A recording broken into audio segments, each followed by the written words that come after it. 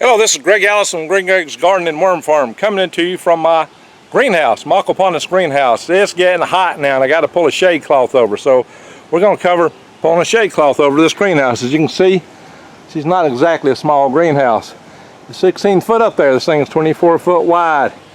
Just got a radius a little better, since it's a little bit off the ground, 3 foot, a little better, about a little better than 37 foot radius. And you got to give another 6 foot for the coming off the ground here with a fence post that's mounted on.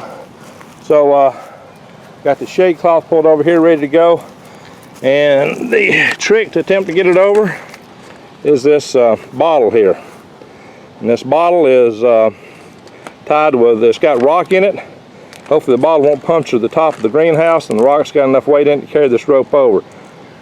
Now I'm a little bit past my days in the major league here, so we'll see how this goes. I don't know. Debbie, you want to hold this for me? We'll see how this goes. I'm not necessarily the best thrower on earth, but I'm going to try to get this thing over. Now I'll let somebody else give it a throw.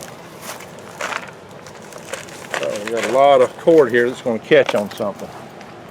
Make sure your cord's free to run.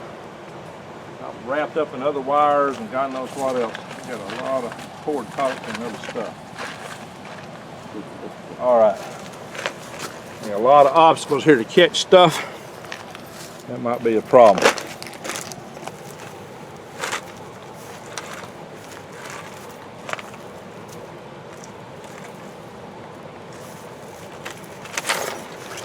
And there it is. On the other side, hopefully it's far enough down to, let's see what we look like here.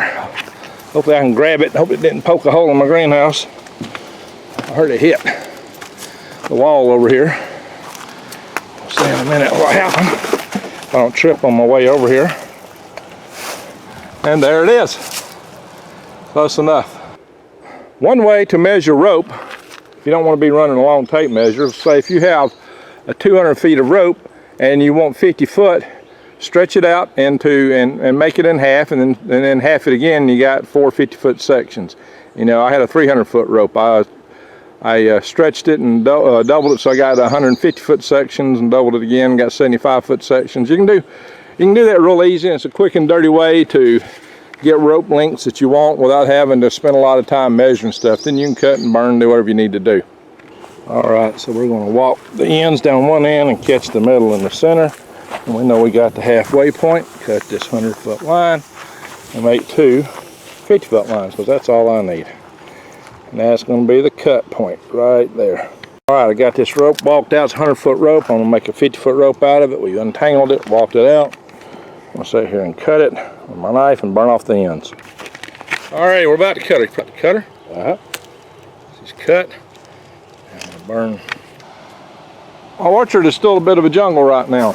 I've got to clear it out, but before I was able to pull the lines over to tie off for the greenhouse cover, I had to at least clear it out along the edge here, because the briars were growing up right up to the greenhouse. And unlike myself, I know most people did not grow up in a briar patch. You know, I must be the brother of Brer Rabbit. So I figured I'd better get in and get those briars out so the other guys could help me get this stuff tied up. And they needed to come out anyway. That's some of the ones I pulled out of here. You can see piles. I've got piled up everywhere else too around here. So these do have stickers that go down sometimes all the way to ground level. So I grab them not as hard as I start to pull them up. I'll try to reach and get down lower. I don't squeeze my hand down as hard as where the stickers are at. Once I get a root coming up, I can pull hard. That's the way to get a blackberry bush. There's one right there. Okay. See, I am grabbing thorns. I'm not grabbing too hard.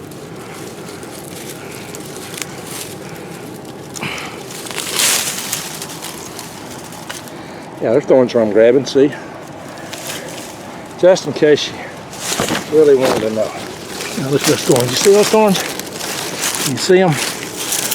They're there. And yeah, they're, oh, where my hands are. You see, I do grab them.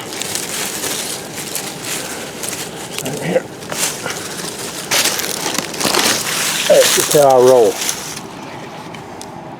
Don't advise you do the same thing I do. You might get a prick and get a disease and die.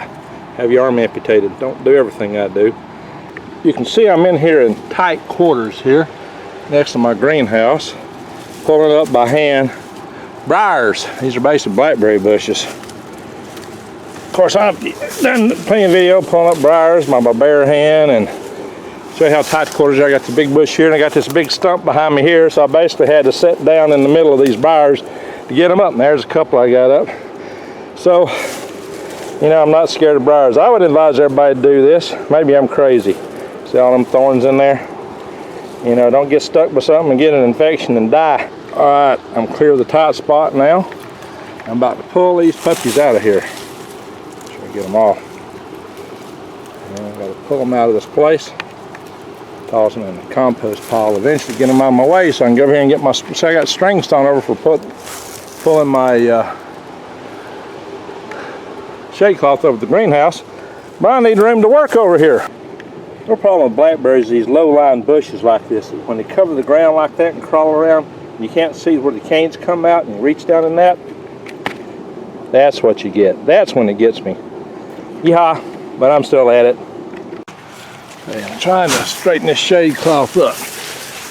Yeah, my back.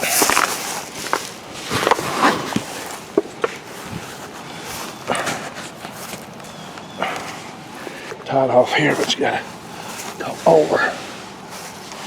Back this other way. Okay, it don't look pretty, but the Shadecloth is on here right now. I'll adjust it. I need to get some more, I got a special kind of tie I like to tie the ends down to. Little anchor ties that screw in, I like those. And so some of them points in the back are tied to trees.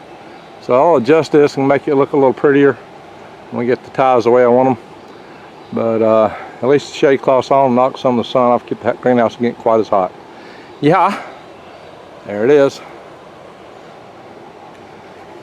Okay, we've got the Shadecloth on the greenhouse. It's a 30% Shadecloth. But even that with two 5-foot diameter fans blowing, and it's sucking a lot of air through this greenhouse. It's still almost 95 degrees in here. It's hot, and that's most unfortunate. So hopefully I can get these swamp coolers built. I'm going to use that stuff over there.